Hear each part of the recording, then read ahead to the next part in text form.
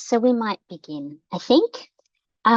So many thanks to all of you who are joining us today for the launch of the Disability Arts History Australia project, an archive of disability arts in Australia from 1970s until now. I'm Caroline Bowditch. My sign name is Caroline. I've had that sign name for a very long time. And I was one of the researchers on the project in my capacity as CEO at Arts Access Victoria previously. I'm coming to you from the beautiful lands of the Boonwurrung people from the Eastern Kulin Nations, and I want to acknowledge the traditional owners of this land. I am living about 300 meters from an original corroboree tree where people have gathered for millennia to exchange ideas, thoughts, learnings, and yarn. And it feels a privilege to be continuing those conversations on this land. So I want to acknowledge the traditional custodians of this country and honour their elders, past and present, and acknowledge the traditional owners and custodians from the countries on which you're all joining us today. And pay my respects to any First Nations people that are joining today. Please feel free to let us know that you're here and the lands that you're joining us from. Another really important acknowledgement today is I want to acknowledge the disability community. I want to recognise the labour, the advocacy, and the artistry of the artists and allies who have worked for more than 50 years to make the arts, media, and cultural industries more accessible and inclusive for deaf and disabled and neurodivergent people and our community. Today is about us, it's about our history, and it's about all the work that is coming together and culminating in this incredible resource. So the Disability Arts History Australia archive represents a hugely important contribution to the recording and remembering of disability arts history in Australia. It honours the extraordinary contribution of deaf, disabled, and neurodivergent artists, documenting and making accessible their stories and learnings. By bringing together 5 decades of artistic innovation and advocacy, it also offers insights into new ways of thinking, collaborating, and creating that benefits all of us, recognizing the achievements of the past and laying a foundation for a more accessible and inclusive future. Professor Bree Hadley has led this remarkable project, so huge kudos to you, Bree, and we'll hear from Bree in a moment. But firstly, my job is to run through a bit of housekeeping for the hour that lay ahead of us. We have been joined by fabulous Auslan interpreters today. We're working with Joe and Jody. Joe is currently on screen. We also have closed captions available. So thanks to our Auslan interpreters for your work today. We also have the chat open, which you've been utilising, which is great. So please feel free to talk to one another and acknowledge the country from which you're joining. Today's event will include a panel discussion, and after that we will have time for a bit of Q&A, questions and answers. So please feel free to add your questions to the Q&A function rather than in the chat. But firstly, I would like to hand over to Professor Bree Hadley, who will introduce us to the project. Over to you, Bree. Thanks very much. Thank you. And thank you everyone for joining us today.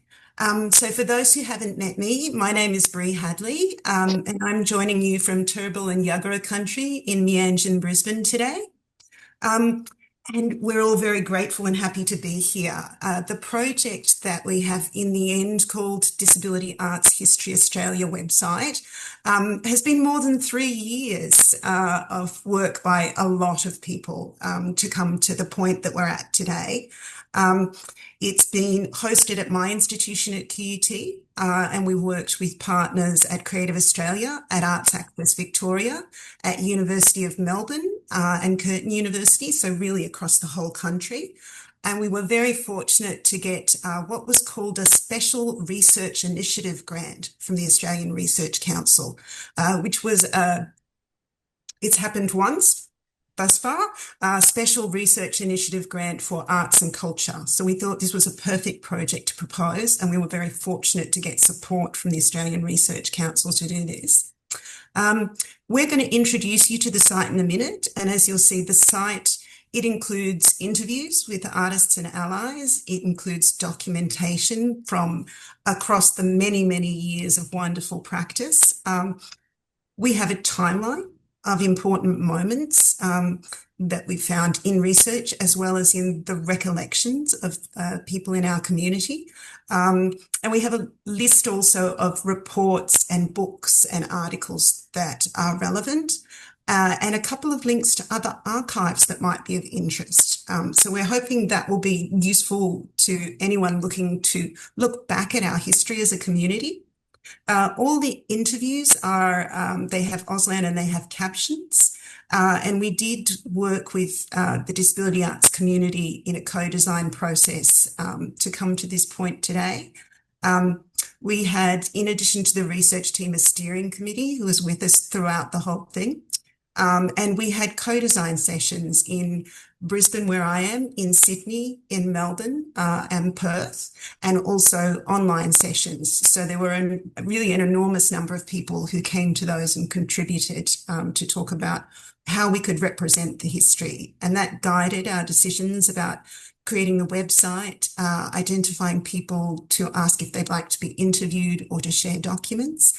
And some of the more tricky questions as well about language and things like outdated language that we see from the 70s and 80s that is not language we would use today, most probably. So even with co-design, we had some limitations. And probably the clearest way to say it is the nature of the project provides some limitations in terms of accessibility. A lot of the items that we have that are searchable on this site are historical PDFs going back to the 1970s, 1980s, 1990s. So our user testers and our people with expertise in information technology estimate that that makes the site about 70% accessible. A number of those old PDFs will read with the read aloud in Adobe Online, but not all of them. Of the ones that don't read aloud that way, we've had Copilot, another AI, in the last year or two, and they will extract text. They are not as reliable as human transcribers and captioners. So what we've done to address that is each item on the site, we've put a description of what's in the PDF or what's in the website we're linking to or what's in the interview. And we've also in the PDFs, in the accessibility tags, put those descriptions to try and make it more accessible to more people. We have, as a team, made the decision to leave the original language that was there at the time. And I guess that's an accessibility question in some ways because language has changed so radically, but it also presents potentially some upsetting content going back to some of the ways in which we have been described over time. The website obviously doesn't have everyone who's been involved over the last 50 years. And in many ways it cannot because some records have been lost to time. And any further development will be dependent on funding on the one hand and the flows of our own energies as deaf, disabled and neurodivergent people. What we came to working as a group was it's better to start and present what ends up being around 10,000 items worth of history that are cross-referenced and searchable than to put the whole thing in the too hard basket and say, can't start because we're not going to get the whole thing done at once. So having said all that, I'm going to invite Kristen to join us, and we're going to have a look at a little tour of the website features, not the whole thing, because that could easily take up the rest of the hour we have together. Thank you so much, Bree. And thanks also from me to everybody who's joined us today. My name is Kristen. I work at Creative Australia. And as Bree says, I'm going to give you a quick look at the archive, or the Disability Arts History Australia website. So users landing on the homepage will find a blue banner with white text against that blue background reading DAHA, which stands for Disability Arts History Australia. And then in a horizontal menu at the top above that banner, there are links through to pages on about this project, project team, which I'm going to click just because it gives you a sense of the number of people behind this, the researchers there with their faces, and then there's a list in dot points of people who are on the steering committee as well. And there are other pages that describe the website with reference to terminology, scope and future development, as well as credits and acknowledgements. So these are accessible on a horizontal menu at the top. After about this website, to the right, there is a link through to a page which acknowledges country, and then another link through to a page that acknowledges the disability community. Again, moving to the right on that same horizontal menu is a link through to a page on upsetting content, very much like what Bree was describing. There are kind of warnings, trigger warnings there, but also an explanation of the reasoning behind some of the decisions to keep this content in the archive. And then there's a link through to a page on access, both the ways of accessing and the considerations around accessibility in this archive, and the limitations, again, that Bree just described. Beneath the banner, there is text that describes this website as documenting the transformative impact of artists, arts organisations and allies working in disability arts in Australia from the 1970s to the present. And it's also important, I think, for me to point out that the design of this homepage with the banner and then text and then some options that follow beneath, this design was made according to the preferences that were expressed through that co-design process. People did not want automatic pop-ups, and they didn't want videos playing automatically. So we have a relatively static page. Underneath that text, I mentioned there are links through to other pages, and this is presented in 8 boxes, each of which is hyperlinked, and so linked through to another page. The first one on the left links through to a video, which is a demonstration of the site. The next links through to the About This website page, which was also accessible from the horizontal menu at the top of the page. The next links through to artists, and I'm just going to show people quickly what this looks like. If you click through to artists, you can see you can search by an artist, but you can also browse. And then there are filters below which sort these artists according to state and territory, different art forms, and demographics. But this is where the interviews with artists sit. Going back to the homepage, after the link through to artists, there's a link through to arts organisations. That's very similar to the page on artists. Again, you can search by organisation, or you can browse according to state and territory, art form, and demographics. Going back to the homepage, the next box after arts organisations would link through to the timeline, which starts even earlier than the records in the archive, actually. The timeline starts in the 1960s and runs through to the current moment. And this is what it looks like for those who can see the screen. There are many different boxes, all of which are live and link through to different stages in that timeline. Then there's a link through to books, articles and reports. Sorry, back on the homepage now. After the timeline, you can click through to books, articles and reports. After that, moving to the right, you can click through to curated histories of artists and art forms and communities. And then a final box to the right, the 8th of those 8 that I mentioned earlier, which clicks through to other archives of the disability arts community. And then at the very bottom of the page are the logos for the partner organisations that were mentioned by Bree: QUT, Creative Australia, Curtin University, Arts Access Victoria, and University of Melbourne. Thanks so much, Kristen, for that beautiful demo. I bet you're all so excited to get your hands on it. I'm going to get you to hang in there with us for our panel discussion, which is going to happen now. And we've got some brilliant people joining us today. We are being joined by Uncle Paul Constable Colcott, who is a Wiradjuri artist, disability advocate, and human rights campaigner, champion from Australia, using his art to share his life journey as a gay First Nations man living with a disability. Welcome, Uncle Paul. It's lovely to see you. Professor Bree Hadley, who we've heard a bit from, but Bree is a teacher, researcher, arts leader, and activist, recognised internationally for her work in equity, diversity, inclusion, and access in the arts, media, and cultural industries. Simone Flavel is also joining us.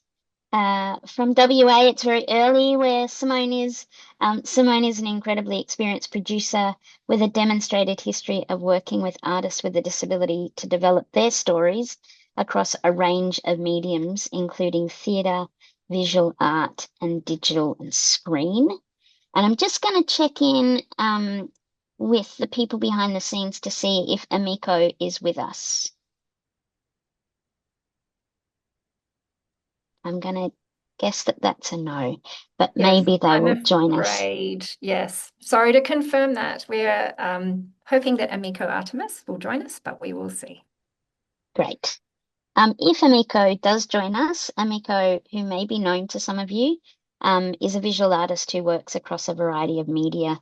They're based in South Australia and they use costumes and masking to create immersive environments, drawing from theoretical concepts and their own personal experience. So we're hopeful that Amiko will drop in at some point to this panel discussion. And everyone who's speaking today as a panelist was involved in the project at some point or in the co-design process in some way.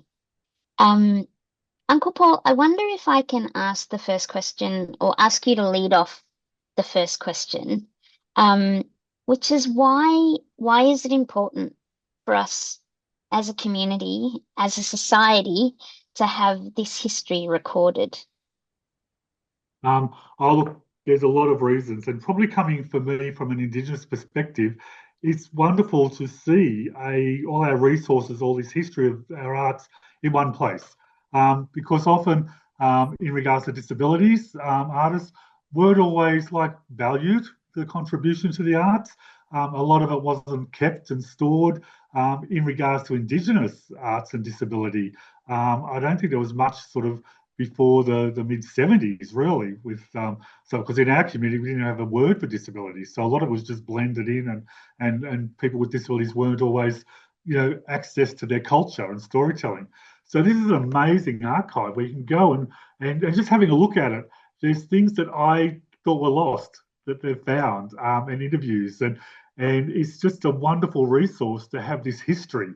The contributions that our mob with disabilities have made to the arts and the diversity of our community.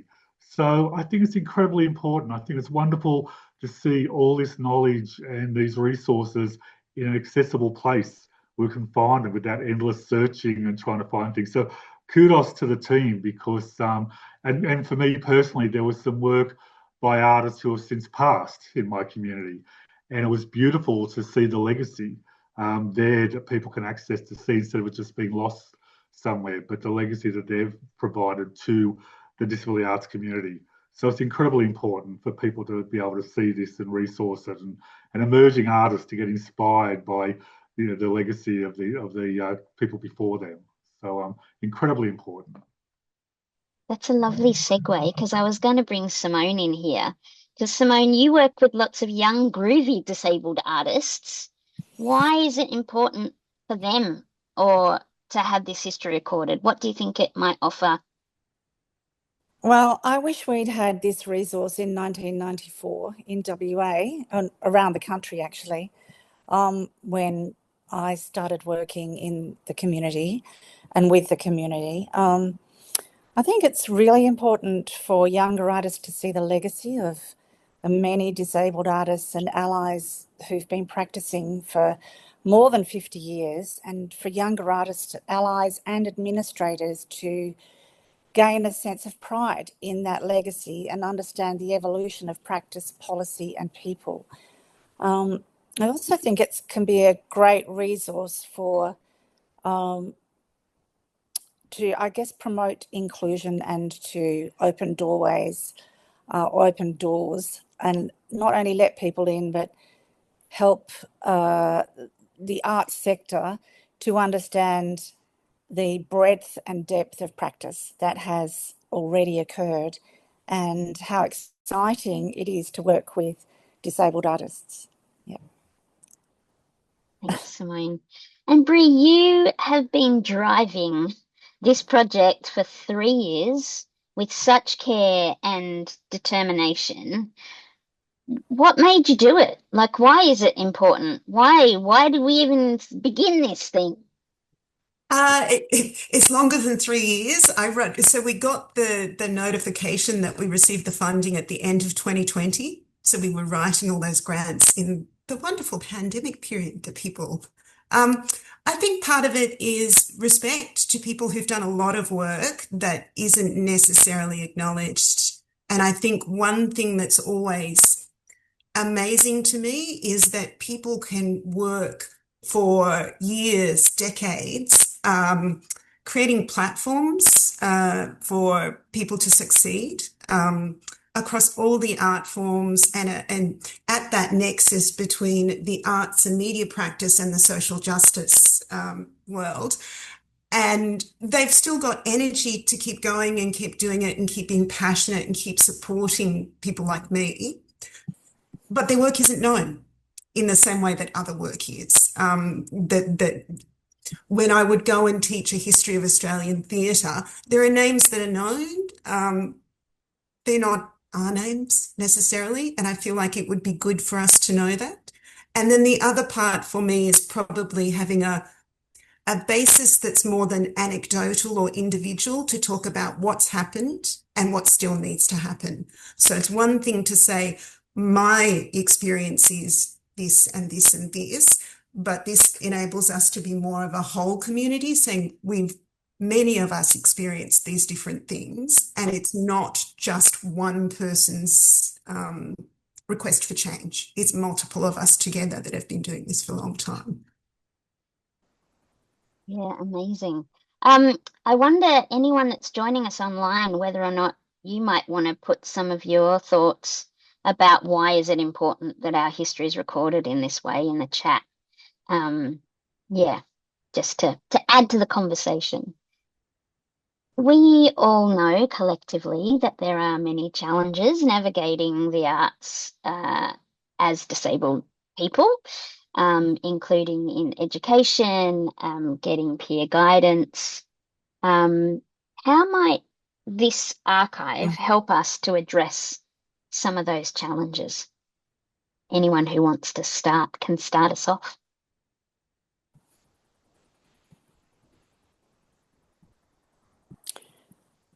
I'll start. I think bringing the perspectives together, I think, will be really useful for the collective approach that presents to education sectors. And I think the archive can serve as a tool for educators and peers and arts sector to raise aspirations and expectations of what artists and people with a disability who haven't actually engaged in the arts yet can achieve. So I that's where I would start with that. Thank you. Thanks, Simone. Uncle Paul? I say that, yeah, I think the whole learning process of putting this together, a lot of us discovered a lot of the barriers and ways to overcome them. And there was, and I think it was a real learning curve for future people to say, to bringing this together. There was a lot of, like, from an Indigenous perspective, again, some of the protocols involved and making sure people are heard and the respectful way of presenting. But I think the thing I like about it is it really demonstrates that, again, with agreeing with Simone on the future and young people coming through, the diversity within our arts and the disability arts sector, and the incredible different contributions that people make. And I think it was just an amazing way of, I don't know, demonstrating that people with disabilities are incredibly diverse, quite out there, seeing things from the different lenses.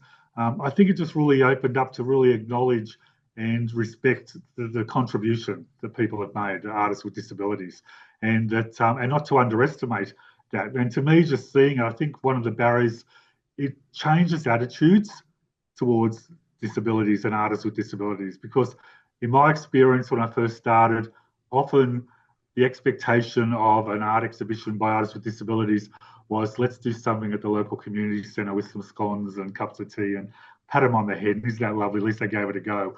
And I think when you see an archive like this, it's like, wow, this is like amazing skill and stories and tenacity and the diversity with the storytelling and the arts and the dance and the visuals and the films. And I just think, it's broken down some barriers for attitudes that people had towards artists with disabilities. I think it's one of the biggest things is to go into this and have a look. And I think, it should be promoted with education institutions, especially in the arts, to go and have a look and see what people are doing, what people have contributed as well. So I think we come across a lot of barriers and we managed to get around them, but I think it's broken down some barriers from what I can see. Thanks, Uncle Paul. I mean, Bree, you're based at QUT. You're working with a body of students every day. How do you think the archive could support, be included, be embedded into the learning of those students and others? I think there's a lot of different ways, but one of the key ways and one of the key things I think that you see change over time is being openly proud of who you are. And I am a person who grew up in Queensland. And so if anyone else remembers the 80s and 90s in Queensland, there were reasons at that time that people held stigmatized identities close, that it literally wasn't safe to say who you are and what you're about. And I think you can see in this history constant changes and expansion, and even changes and expansion of what we mean when we're talking about deaf, disabled, neurodivergent people as a community and other intersecting communities. And it can help young people feel like they can take more power in their own identity and who they are, which is not to say that there are not still massive barriers, and people also through this tool have been able to share issues with education, issues with employment, issues with our ability to get together and have knowledge exchange between experienced people in this sector and others, sustainable careers, definitions of success, and it opens those conversations for young people to feel at liberty to say exactly what they think about it. Yeah, amazing. We're getting loads of beautiful comments in the chat, which is super lovely and making my little heart sing. We've had access to the website for a few days now, those of us that are on this call. I'm wondering, I mean, Bree, you've lived and breathed this for years, but I'm wondering whether any of you have got a favourite part of the archive or a part of history that you think is particularly important. Where should people start? Hi, Miko.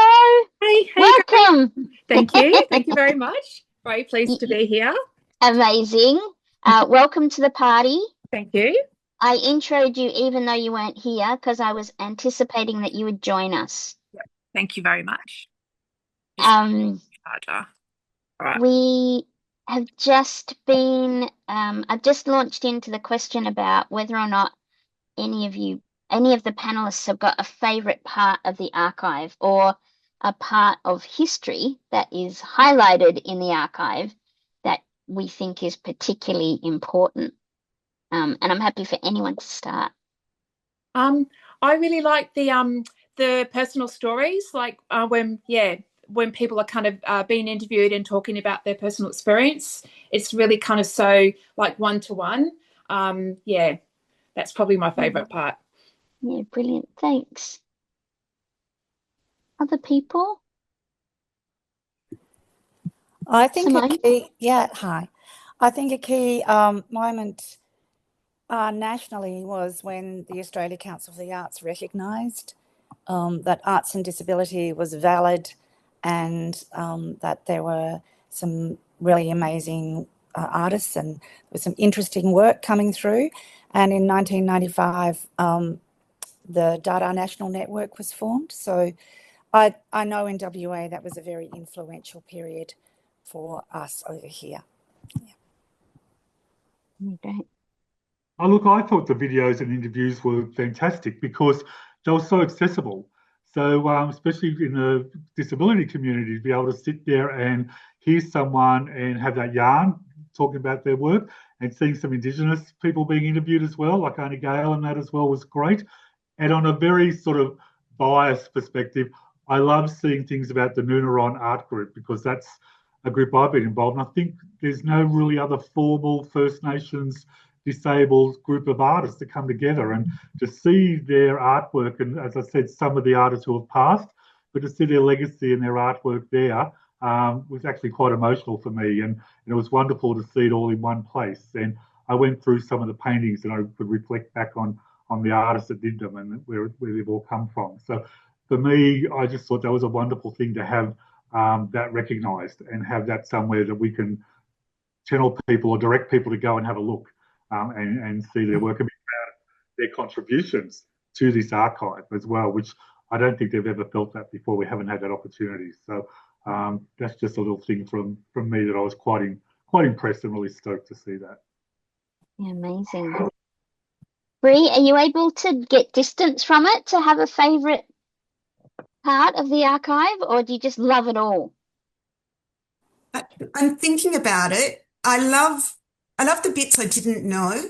Um, I have a interesting type of love relationship with the bits that are difficult and challenging in it. And it, there are things going back to the 70s and 80s where people are asking for the same thing that people are asking for today. And I think that is a bit that gives power to say people have been asking for a long time and working, and some things have changed a bit. But it's also a lot of people that I talk to talk about what's happening with discourses about diversity in society generally, in arts and media, and who is and isn't included in those discourses and the pace of change. And so some of my favorite bits maybe don't tell a positive story about how hard people have worked and how much scope there is for others to join them, but they tell that story. And I think that's most useful for making our case going forward. Yeah. I love the timeline.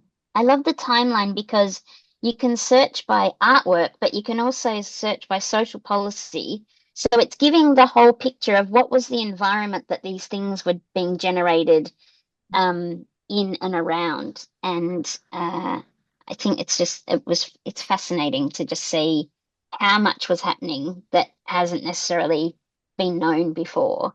And I wonder if there's something in it that might support us not reinventing the wheel. So how do we build on what we already know and what's been done, rather than feeling like we're starting from nowhere. Like we've got it feels like a base, which is brilliant. Bree, you touched just a bit on the bits that were difficult. Um, I'm wondering if you can talk about some of the challenges in creating this archive of disability arts. So they were numerous. Uncle Paul's already said that the idea that things would be happening in a church hall or a community centre and they don't have the level of documentation to even go back to. The number of, the arts in Australia as a whole has a lot of micro and small to medium organisations or member-based organisations historically, which you would know all too well from the Arts Access Victoria. That capacity to retain those memories has been challenging. Knowing what people might have, so there's records that are have comments from people who have passed or images of people who have passed, and asking people now today to make decisions about, well, is this something that the person at the time would have known and expected it to be a public document shared on a site? So that, and then the thinking about the different ways of sharing different stories, because there's so many journeys you could take through stories from different perspectives. That's in any group of people, some of those perspectives are going to be represented, but not every perspective probably of what people's chains of interest are going to be.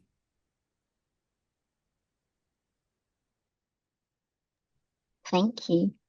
Amiko, just because we haven't really heard much from you yet, I'm wondering if you can tell us a little bit about what your role's been in relation to developing the development of the archive. Yeah, and also, sorry, I'm late. I got the times wrong. That's okay. That's me. Yeah, so my role, I guess, I've been part of, I guess you would say, a panel or a group of people that can kind of bring their perspective of living with disability and being in the arts to the creation of the archive. And myself and my fellow panelists, or committees, whatever we call ourselves, kind of would come together pretty regularly, and we kind of have a look at what had been done so far and comment on it and give our ideas and say the ways that we could kind of help participate if it was relevant in the creation of certain aspects of it. And I guess just like I see myself as being like a kind of like an advisor, I guess, or someone able to give some opinions. Also, like to me, it was like a massive thing, I guess I felt like, wow, this is so big, this is such a huge responsibility. And it just felt so big that as we went along, I thought, okay, yeah, this is happening, this is doable, this is actually amazing. And it was just such a beautiful kind of like flowering of something incredible. Yeah. Amazing. Thanks, Amiko. We're almost about to launch into receiving questions from the people that are joining us online. But I'm wondering, what happens next? And Bree, maybe you can talk from a practical perspective on this, but also for the other panelists, what would we want to happen next? We can talk about the practicality of what really happens next, but also how can we use the archive as a foundation for what might happen next? Bree, do you want to? Oh, sorry, you go. No, you go. Just jumping in. I'm so enthusiastic. No, it's good. I would love to see some artworks come out of this, like somebody doing like a deep dive residency, looking at the archive and creating something out of it. I think that would be absolutely amazing. Amazing. That's a brilliant idea. Thanks, Amiko. Bree, do you want to talk about the practicalities of where we got to and what could happen next? And we did talk about this. So There's a history not just in Australia, and certainly in the education sector, of having great ideas to build websites and then building really, really one-off individual bespoke, as they would call it, websites. And then as soon as the funding period ends, there isn't any money to keep updating a really bespoke thing, and keep not just updating in the sense of adding new content as time goes, but some of that technical side of, like, every time your Mac or your Microsoft does an update, people need to do things in the background to make sure a website keeps going. So we talked with, we had Jenny Fuster from Australian Research Data Commons on the group that Emika was just talking about, and took some recommendations about using a community-built platform of software, so that there's less of that. This is our one unique thing that if we don't get funding, we won't even be able to keep it safe from hackers trying to bring it down. And in doing that, also hopeful that we can, if not all of the documents and records, at least the data that tells us the names of the people and the names of the work can be transported between different archives that have records at the same time. We have talked about the idea of people coming in and responding to it. And I saw in the conversation there was a question about, can AI help us? We ended up doing a whole report on our recent adventures in AI, which, yes, it can help with some things. We were trying to use it for the accessibility as well as the build. I did find that a lot of the things that are meant to make a video or make an audio version, they assume that I'm able-bodied as the creator of it at this point in time, and that I can drag and drop more than my hands actually can. So it's an interesting conversation in and of itself of how we can make use of new technologies to make it easier to keep something going. But then those technologies need to be inclusive of us, and the idea that we, as the people behind the work, have particular ways of thinking and speaking and moving and being in the world that need to be considered.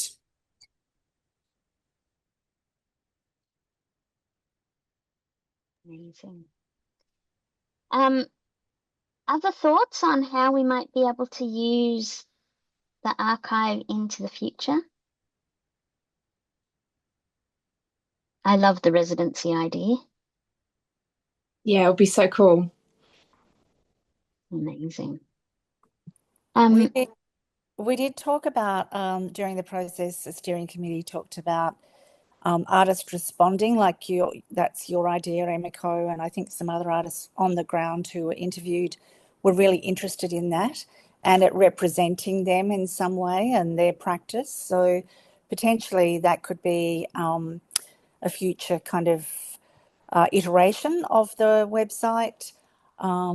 Yeah, I think there are lots of different uses potentially, but I think having someone managing it is imperative in an ongoing way, like supporting people to upload content or, interact with it in whatever way is possible. Yeah. So there's personal history within the arts and disability context, but there's also responses to what's up there already. Yeah, we talked about a lot of different things, and I think making sure that, sorry, I'm going on a bit here, but making sure that it is accessible for artists who have an intellectual disability or, complex communication, I think is really important. I think it's also quite helpful as a community base, to allow people to connect to other people. And, we might kind of want to use the archive to search for somebody that we might want to do a mentorship with or something like that. So it's just such an amazing resource in so many different levels.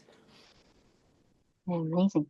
Uncle The Paul? potential, yeah, the potential for connecting artists is amazing. But I see this as stage one. I don't want to see in another 30 years we go and say, oh, we haven't done this since 2025. So what about the artists that come out of this are inspired by this and carry the next light? Because our artists of now or young people coming through, they will be the legacy and the archives and the history in 20 years for the next lot of people coming through. So I'd like to see, like, I know you can't put constantly update it, it would be overwhelming, but somehow keeping a record of what comes out of this, emerging artists, especially from an Indigenous perspective, I think how our art and storytelling has changed and adapted to 21st century technology and merging those together, and also huge influences, European influences onto our culture. And I would love to see records of how this or how myself and artists of my age have somehow done a legacy or inspired the next lot of First Nations artists to continue their culture and storytelling through their art and how they adapt that. So I wouldn't like to say just stop at 2025.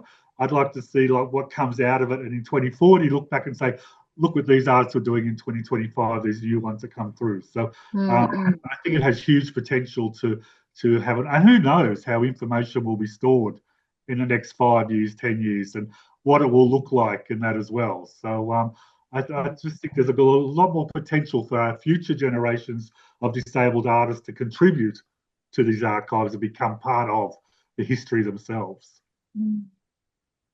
There's some great questions coming through from our audience. There's a question from Peter Hook about how big is the archive currently? And I think, Bree, before you talked about that there's 10,000 items. Yeah, so the way that we've done it, there's things that would be categorized as works or creative works. And then there's a category of persons who were referenced in those works. And we've also got locations, for example. So when you add those together, the majority, like 8,000 or something, is people. And cross-referencing the people and the works, I'm doing a like probably incomprehensible thing with my hands of trying to lay the person and the organization and the work together, was part of the challenge. I think there's 600 and something or rather organizations, and 1,600 works which produced the 8,000 people. And we were interested in part in some people have worked with one organization for a long time. Some people have worked with a lot of different organizations. There's people who I work with at my work that I've had the opportunity to say, right, you remember when you worked for this organization in 1990 or 2000 and something, I found the record of you doing that, and it's brought them back to engaging. You get to see how many people have engaged the disability arts community over time by creating those cross references. We're 100% certain that that's not everything, that there's more depth to be found. So one of the other questions that's been asked by a number of people actually is, how did we choose what was in the archive? How were the artists and the arts organizations chosen? And people are already kind of going, oh, but there's this one and this one and this one, which we knew would happen. But how did we choose what would go in? And absolutely, we acknowledge not everyone is there. So we started with the research team, who each bring different areas, and the steering committee, who also work in different. Saying art forms is a little bit interesting because there's so much multidisciplinary practice in there, but also people who work in different parts of the country, and people who intersect with different communities in the way that they identify and the type of work they do. We created spreadsheet documents where people could add people and organizations to contact. We looked for contacts. In some cases we heard back, in some cases we didn't. In some cases where we heard back, people weren't able to continue with participation for whatever reason. So we wouldn't be able to, because of that process of like sometimes not coming back is, I choose not to come back, but sometimes when you don't come back to an email, including me, it's things were happening in the background and overwhelm was going on and things like that. Mm. So you can't make a statistically normalizable thing when it could have been that it's like I had all good intent to dig out this set of documents and give it to someone, but then life happened. And I feel like that's particularly the case in this community because the environment of support around us impacts our ability to engage in the arts, in education, in employment, in research. It might be that it's other things that are not art in and of themselves, but they impact our capacity to engage in one way or another. So an evolution that comes from people who've worked in the field for a long time relative to people's capacity to engage is probably the honest answer. I know you've already touched on this, Bree, but there's lots of questions about how do we contribute? How can we contribute? How can we put ourselves in there? How do we keep evolving it? As Uncle Paul said, how could it look in the next 50 years? Like, how do we keep it alive? And I think listening to the thing about the next 25 years, it's also how can we make sure that the things that people have really clearly stated need to be addressed now aren't the same ones again in 10, 20, 30 years' time. We have pre-prepared a Padlet for people that I might see if Kristen or Eddie or Annie, who are working in the background here, can drop in the link to the Padlet. And we were going to ask people if they have additions to our timeline.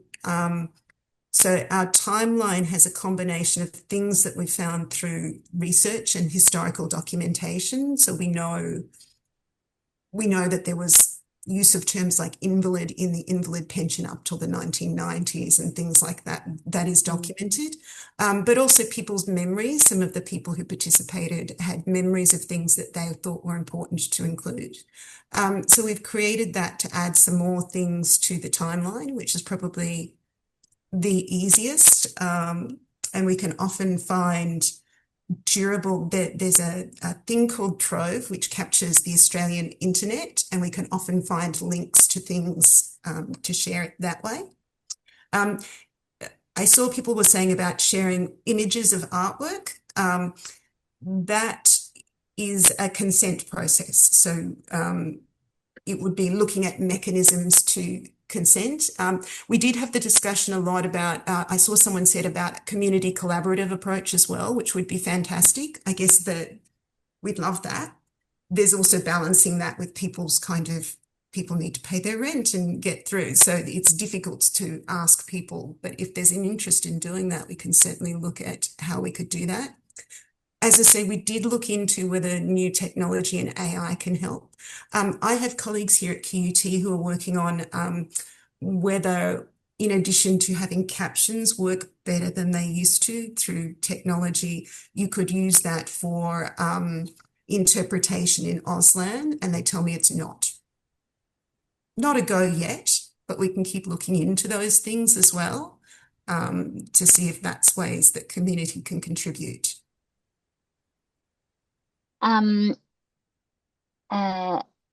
Thanks, Bree. I think the Padlet is a great idea. I am unfamiliar with a Padlet, but I guess it's a place to gather information, which is great. And I would say to Fee Peel, yes, please add artists, arts orgs that are missing to that Padlet and when they came into being, like when did they first start making work, all those sorts of things. I want to say a huge thank you to my panelists for your brilliant answers and being here with us. To the research team, congratulations on getting it here. It's been a joy being part of it over the years, and so it's so amazing to see it come to fruition. To the steering committee, and to everyone who's been part of the co-design sessions over the years, to all of the people that have been interviewed and are documented on the website and been part of the project, to Creative Australia communications team for coordinating this event, and most importantly for all of you for being here. Please spread the word. Add to the Padlet. Padlet will remain open. I imagine, Bree, it'll be an ongoing thing. Yes, so we talked about it staying open for at least like a month after today. So if you have an organisation that you want to put in, don't feel like you have to do it while concurrently being in a Zoom. I imagine that you'll get a recording of today's event because you registered, and all of the information, so the link to the website and also to the Padlet, will be included in that email, I would guess and say. So dive in to the archive, enjoy it, be curious, explore it to your heart's content. Thank you again for joining us today, and please go gently with yourselves. Thanks again.